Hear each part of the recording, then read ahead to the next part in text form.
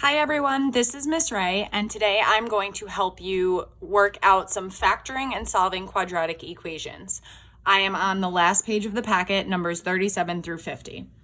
Okay, so for the first problem, we are going to factor the polynomial, and this is pretty straightforward because our coefficient of a squared is 1, so we don't have a GCF here. So to factor this polynomial, I'm going to think of two numbers or factors of negative 54. So two numbers that multiply to negative 54 and add to negative 15. So that's going to be negative 18 and positive 3. So I'm going to create a binomial times a binomial. To get a squared, I'm going to have a and a. And then to work out the negative 15a and the negative 54, I'm going to do minus 18 and plus 3. Now to check your work here, you can use FOIL, first, outer, inner, last, and you're multiplying when I say that, or you can think of it as repeated distribution. You can distribute the A, and then you can distribute the negative 18. Okay, for number 38, what you'll notice is now we have a coefficient in front of b squared. We have a 3 in front of b squared. The first thing you want to ask yourself is there a GCF that I can factor out first to simplify this expression? In this case, no, because 3 does not go into 22 or 7 evenly. So now we want to use what we call the AC method. And that means you're going to multiply 3 by 7. This is A, this is C. And when you do that, you get 21. So now we're using a similar method as the first problem, where we're thinking of two numbers that multiply to 21 and add to 22. That's pretty easy. That's going to be 21 and 1. But instead of the first problem, because we don't have a coefficient of 1 out here, now what we're going to do is rewrite this middle term using 21 and 1. So we're going to have 3b squared plus 21b plus 1b plus 7. It does not matter where you put the 21 or the 1, but in this case, I just put the 21 first. Once you have that new polynomial, you're going to create groups. So I'm going to group the first two terms and the last two terms. And now you want to factor out the GCF. The GCF of 3b squared plus 21b is 3b. And that's going to leave us with b, because 3b times b is 3b squared, plus 7, because 3b times 7 is 21b. For the second polynomial, you want to create an identical factor as before. And furthermore, there's no GCF besides 1. So we're going to pull out a positive 1, and that's going to leave us with b plus 7, because 1 times b is 1b, and 1 times 7 is 7. Lastly, you're going to group the two terms that are outside of the parentheses. So we get 3b plus 1, and then we have our constant term here, which is b plus 7. And there you have it. Okay, I should put a box around this first one. Okay, so number 39 tends to be a little trickier. What you might notice at first is, unlike the first two problems, we have a 4f squared. So there is a coefficient in front of that first term that's squared. But at the end, we also have a term that's squared. We have g squared. So this is a little unique, and this is actually called a perfect trinomial. Now the trick to identifying a perfect trinomial has a couple of steps. First step is you want to find the square root of the first term and the last term. So the square root of 4f squared would be 2f, and the square root of g squared would be g. And how I know that is because g times g is g squared, and 2f times 2f is 4f squared. Now, to make sure this is a perfect trinomial, and you'll see why that's important in a second, we now want to think about the 4fg. And an easy way to figure out if this will work, if this is a perfect trinomial, is multiply 2f times g, the answers you just found, which would give you 2fg, and then double it, which is going to give you 4fg. If that checks out, so if you multiply these two terms and double it, then you know you have you get the same term as the middle term, then you know you have a perfect trinomial. What's nice about that is because if you do have a perfect trinomial, then it's just a binomial times itself. So 2f plus g times 2f plus g. Or you can say 2f plus g squared. Since it's asking us to factor here, we're going to stick with this one because we want to show both factors. So that is how you identify a perfect trinomial, and that's how you factor it. And again, if you want to check your work, you can FOIL this out. Okay, lastly, for number 40, we have 100x squared minus 16y squared. Hopefully when you guys see 116, you're thinking about perfect squares. Same thing with x squared and y squared. But first, anytime you're factoring, you should look to pull out a GCF. So we can here, because 4 goes into 100 25 times, and 4 goes into 16 4 times. So we now have 4 times 25x squared minus 4y squared. From here, you notice that you still have perfect squares. And this is the difference of perfect squares, okay? So it's another special case.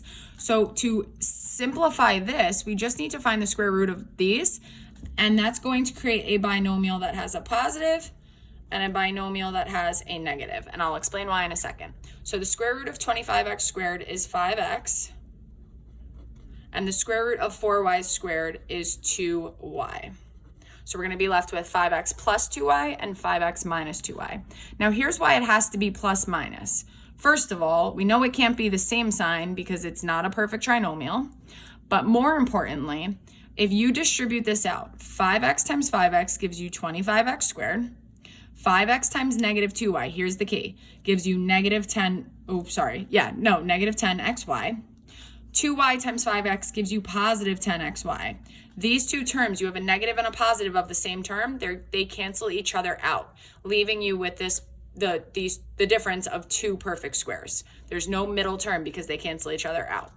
So I just banged my desk. Okay, so I'm gonna erase that.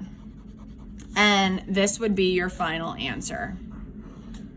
I just wanna make sure we're still in focus. Okay. Next up, we're going to solve quadratic equations, okay? And in number 41, we're given the quadratic equation in factored form. When you have a binomial times a binomial, you know that that's factored form of a quadratic.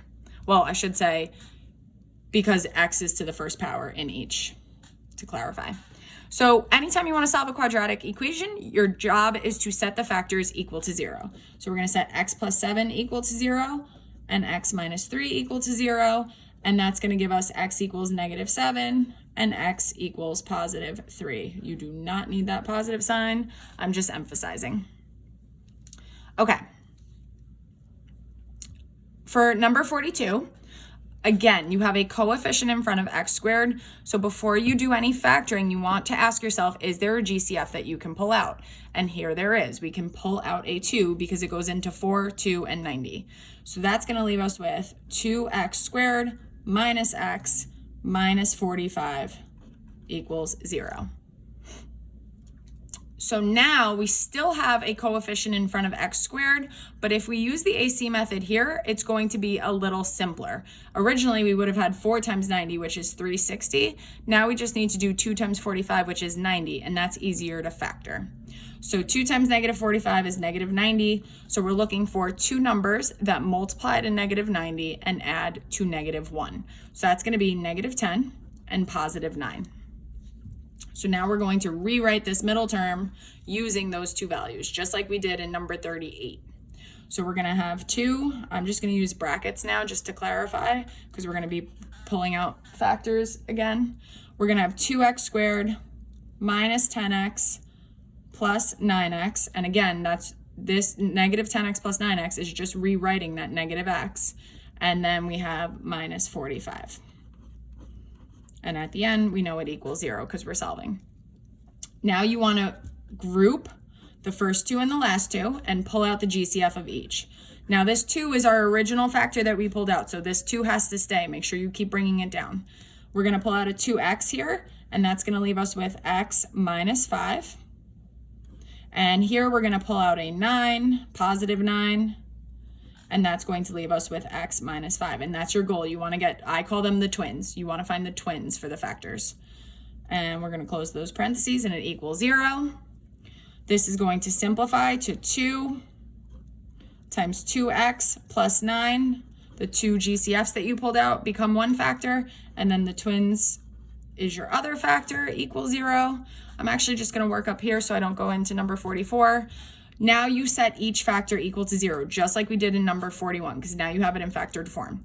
2 equals 0 doesn't work, so I always like to write it and put a slash because that is not a solution. 2x plus 9 equals 0. You're going to subtract 9 and divide by 2. So that's going to give you x equals negative 9 over 2. And then x minus 5 equals 0 is going to give you x equals positive 5. Okay. 43 and 44. 44 is just like number 41. So I'm going to leave that one to you guys. You just have to factor it first and then solve by setting the factors equal to 0. For number 43, it's similar to number 42 and 38 in that you're going to use the AC method. But what you have to remember here is anytime you're solving a quadratic, it must be equal to 0, just like it is in the other 3 problems. So just to remind you, you're going to add 11x and subtract 10 on both sides. And that's going to give us 4x squared plus 11x minus 3 equals 0. And then from there, you're factoring and solving. So you guys can try those ones on your own. For number 45 and 46, we have to solve the proportion, and we can do that by cross multiplying. 18 times 3 is 54. X minus 3 times x, you need to distribute, and this is where you need to be careful.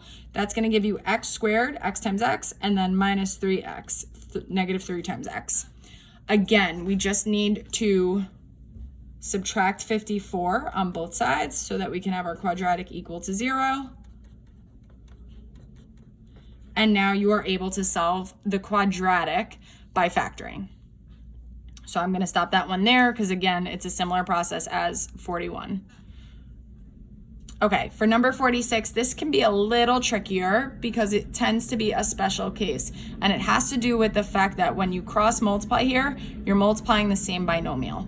So x minus 2 times x minus 2, we're just going to write that as x minus 2 squared. And I'll show you why in a second. 1 times 9 equals 9. When you have an expression raised to the second power on one side of your equation that's isolated, to solve, we can just take the square root, which makes our lives super easy. Just making sure you're in focus. So that when I take the square root, that undoes that exponent, and I'm left with x minus 2. And the square root of 9 is positive and negative 3. So this breaks up into 2 equations. X minus 2 equals positive 3, and x minus 2 equals negative 3. So now when we solve, we get x equals 5 and x equals negative 1. So you always want to be aware if you're cross multiplying in that proportion and you're multiplying the same 2 factors, or the same 2 expressions, I should say, then you're going to have, you might want to leave it as x minus 2 squared and solve by square roots. Okay, for number 47, and in this section, it's asking us to simplify each expression. So we're just going to multiply it out, sorry. So here we're going to use FOIL, or again, I like calling it repeated distribution. And you'll see why in a second why I call it that. So we're going to do first, and that's 2x squared. We're going to do outer. 2x times negative 4 is negative 8x. Inner plus 3x. And last, negative 12. And that's going to leave us with 2x squared minus 5x minus 12. Okay, and now for number 48, the reason I referred to the last problem as repeated distribution is because you have to use the exact same skill as FOIL, except it's not a binomial times a binomial anymore. This guy's a trinomial. So FOIL doesn't necessarily work here, and all it is just distributing over and over again. So first we're going to distribute the 3x to every term in the trinomial. So 3x times 2x squared is 6x cubed. Remember, we add those exponents. 3x times negative 3x is negative 9x squared. 3x times positive 1 is positive 3x. And now we do the same process using the positive 1. So that's going to give us positive 2x squared minus 3x, positive 1. The whole trinomial stays the same because you're just multiplying by 1. And now you just need to combine like terms. We get 6x cubed minus 7x squared. I like crossing out when I combine, so I'm clear. Positive 3x and negative 3x cancel each other, and I get positive 1. Okay, last 2 problems. For number 49, remember, anytime you have a binomial squared, like we talked about up here, it's going to result in a perfect trinomial. So a quick and easy way to do this is to square both of these. So 2x squared, 2x squared is 4x squared, and 5 squared is 25. Sorry, I was thinking about the sign for a second. Yep, 5 squared is 25. And then for that middle term, you're just going to take these two values and multiply them. So 2x times negative 5 is negative 10x. And then we're going to double it, and we're going to get negative 20x. 25 is positive because 5 squared is positive 25. Another way of doing this is just to write it out and distribute. Or FOIL, I should say. What you absolutely cannot do here is a big common mistake that I tend to see, and that's the idea of distributing that exponent. You have an operation in between 2x and 5, so you cannot raise both of those to that exponent. That is not correct. So I'm going to erase it. Okay, last one, we have 4x minus 3 and 4x plus 3. And again, if you look back, where did we just do that? Oh, right up here. If you look back up here, anytime you have a binomial times what looks like itself, but the only difference is the signs change, that's the difference of two perfect squares. So again, I'm going to square 4x, and that's going to give me 16x squared. I'm going to square 3 times 3, and that's going to give me 9, and it's always the difference of two perfect squares, so that's why there's that minus sign there. You could also just FOIL or repeat your distribution and you'll get the same answer. It's just nice to notice those special cases. All right, guys, that's all I have for you. If you have any questions on any of this packet, please be sure to reach out to your teachers, including myself, and I hope your first week of school is off to a great start.